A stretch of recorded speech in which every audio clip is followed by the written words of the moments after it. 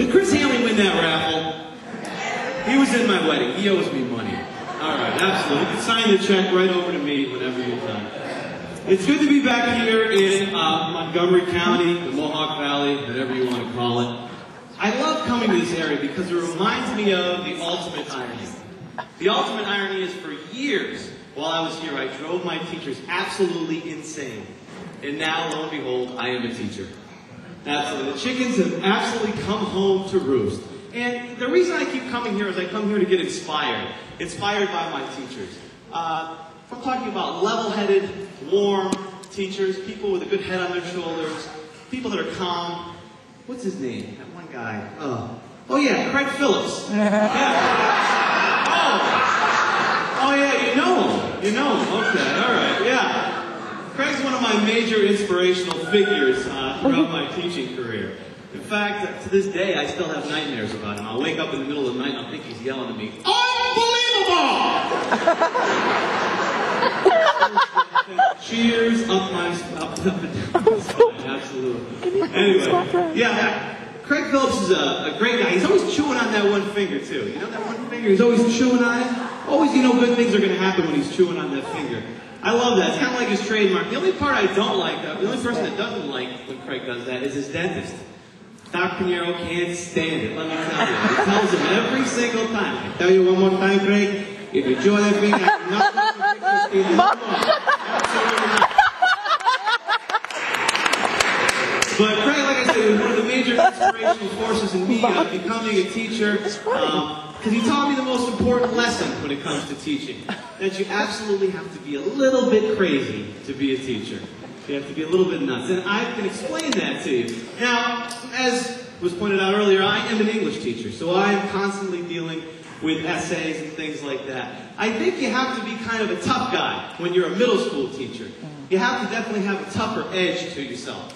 And I think you have to bring out certain personalities. Certain personalities manifest within you when you're a teacher. One of the things that kids are constantly coming up to me and talking about due dates, and they're always getting the due dates wrong, and they're not turning their stuff in, and they say, "Mr. Conover, please, I know the paper's due tomorrow, can I please have an extension?" Now, I could be myself, but I'd rather be someone with a little bit more of importance, someone with more respect. So who do I turn to but the Godfather himself, Marlon Brando? Could I please have an extension, please? I have to look at him and say, "What are you gonna do?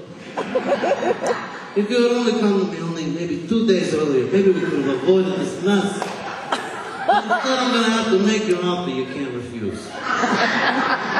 Some people say that teachers, you can't crack a smile. You can't crack a smile until November. But I disagree. I think you can be a tough guy and still smile. Okay? Just a little something about being a tough guy and smiling. Real tough guys smile. Any teacher, even on the first day of school, that smiles is a good teacher. If everybody followed Robert De Niro's teaching style, I think that he'd be a good teacher. De Niro always kind of comes in, he kind of has that little smile on his face. You know how he comes in, he's kind of like...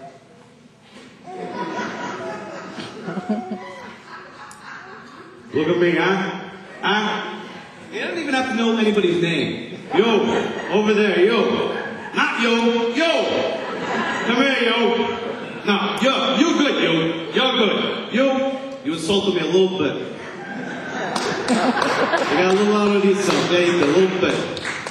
But the best guy that really takes the cake when it comes to teaching, I think, is Al Pacino. Because you can be very effective when you're teaching. Mobsters are often like teachers because you can scare the crap out of some kids and still teach an effective lesson. You can go up to another kid. I do this from time to time. Kids will be screwing up doing something they're not supposed to be doing. I go up with a little Pacino voice and go, "Hurrah!" Jump back about 15 feet on that one.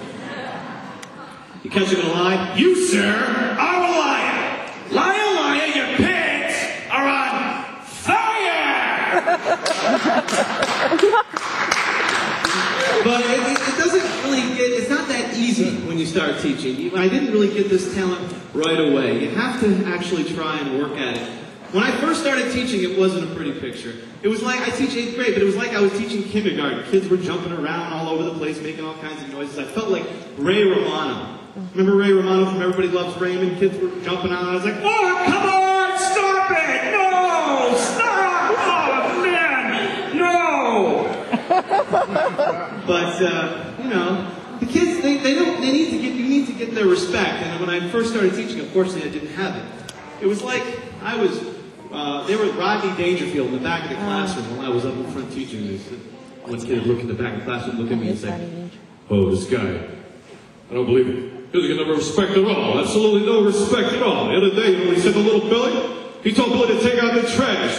Billy looked at his face and said, "You married her, you take her out." Okay, fine. You really get a lot of, there's no respect when you first start teaching. But you learn to make there's a lot of mistakes you make in your first year. And one of the things that you have to do is overcome those mistakes. My first mistake was trying to get too involved on a Monday morning. Because you know how kids are on a Monday morning. They come out on a Monday morning, and they're kind of, lethargic. It's almost like they're a bunch of Sylvester Stallones, like a bunch of Rocky Balboas. They come into class. "Hey, how you doing, Mr. Conover? It's beautiful to see you today. Absolutely, you know.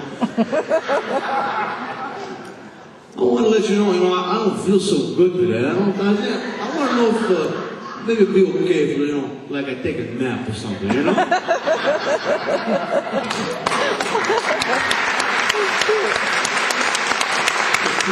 It's tough to hold their attention. One of the hardest things that I ever had to do in my life was the first day of school. I had to make that seating chart. Figuring out who to put next to who, okay? It's tough. I made the mistake of putting the foreign exchange student right next to the kid that I suspected, I wasn't sure, but I suspected he was on drugs. It wasn't easy. You know what it was like? It was like an episode of Taxi. Remember Taxi? Mm-hmm. Remember that show? Remember Latka?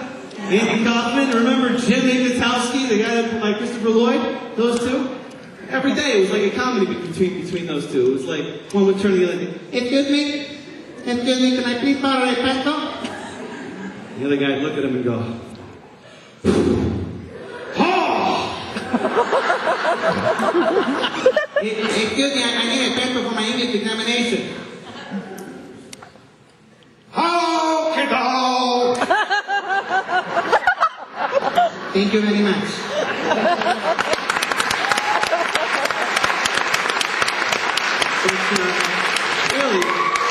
Really, I don't blame the kids for having all this stuff to do. I mean, their parents get them involved, in my district anyway, in way too many things.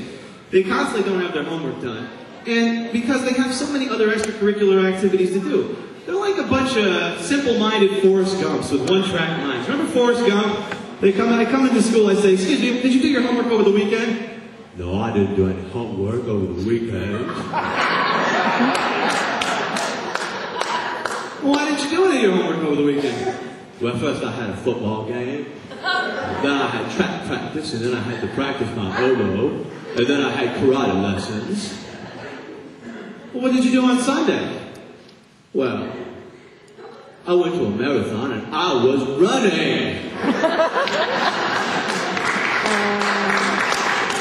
But the one thing that is our saving grace is happy hour. That's the one thing that teachers can rely on a Friday. You can go to happy hour, you can let it all hang out. I got one teacher, he's an English teacher, he goes to happy hour everywhere. This guy is 42 years old, he's an English teacher, and he doesn't need glasses. He drinks right out of the bottle, let me tell you. Absolutely, absolutely. And the funny thing about it, he's from the South, you know? He's from the South, so one of the things, being from the South, he loves to tell other people who are not teachers what it's like to be a teacher. And it just doesn't work. They kind of give him a strange look from time to time, but I was listening to it one time, and it kind of sounded like a Jeff Foxworthy routine. You know Jeff Foxworthy, the redneck comedian guy? You might be a redneck. This guy talks like you might be a teacher. He'll ask people at the bar and say, "If you are happy because it's Taco Tuesday, you might be a teacher. If you think that $1.75 for a full course lunch is a complete ripoff, you might be a teacher. If you sit up and down and jump up and down on the bed at 5 a.m. because you got 8 inches of snow on the ground, you might be a teacher."